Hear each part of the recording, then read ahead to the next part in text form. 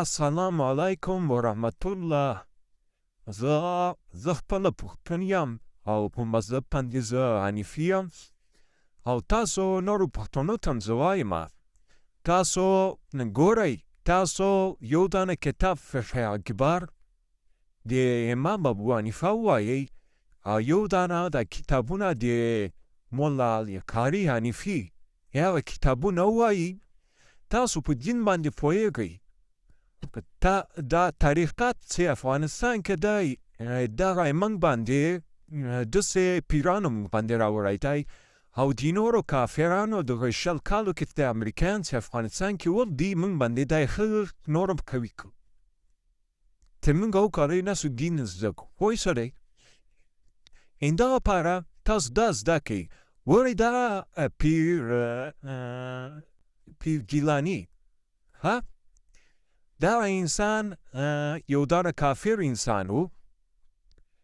دغه افغانستان کې په موږ باندې کافرانو ښه نور قوي کړو پوه شوئ. دولتي پوستونه هم ورته ورکول پیسې هم ورته ورکولې خو دې سره پیسې وې هر رقم کار یې کوو موږ پښتنو باندې پوه شوئ. اوس موږ پښتانه باید چې وکړو موږ پښتانه باید دین باید زده کړو.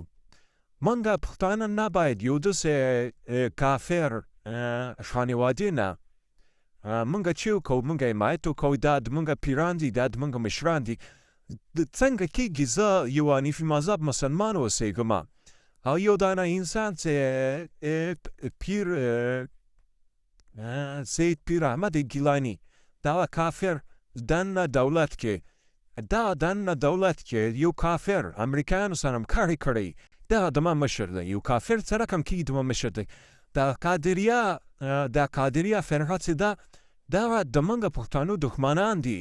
د فرقه قادريه چې ده د افغانستان کې دغه زموږ مسلمانانو حنفي مذهبو دښمنان دي.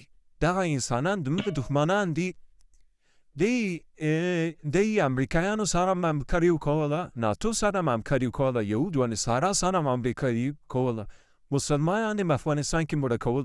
اوس دی مشران هم دي دی اوس مشران هم دی افغانستان کې یو پښتون ځي د دې پښې ماچو کوي ولې اصلا ماچو کول د پښې دننه حنفي مذهب کې زموږ حنفي مذهب کې داخل چې امام ابو حنیفه مذهب باندې دي موږ ته شرک دی. یو څوک چې راسي یو چا پښې ماچو کې سجده ورته وکړي دغه انسان شرک کوي.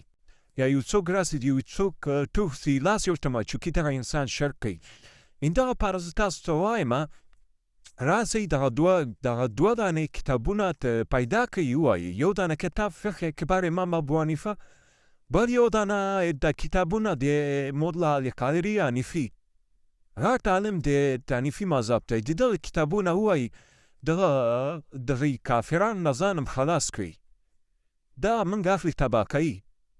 همدغه فرقه قادریه مولایان راغلي دي دا ګمراه دي وایي درس ښځو ته ښه نه دی درس ښځو ته ښه نه دی همدغه وایي بل څوک نه وایي خو درس ښځو ته ښه نه دی. بیا دا خپله قادریه مشران لورګانې ځي اسرائیلي د عسکرو سره واده کوي. دا د قادریه مشران مسۍ تللی ده هلته اسرائیلي سره واده یې کړی دی.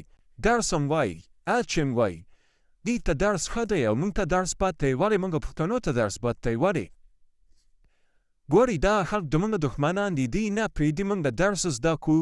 دغه قادریه ډله دغه د ګیلاني ډله دوی نه پرېږدي موږ درس زده کړو دوی نه پرېږدي موږ دین زده کړو دوی نه پرېږدي موږ یو شی زده کړو موږ یو ځای ته ورسېږو.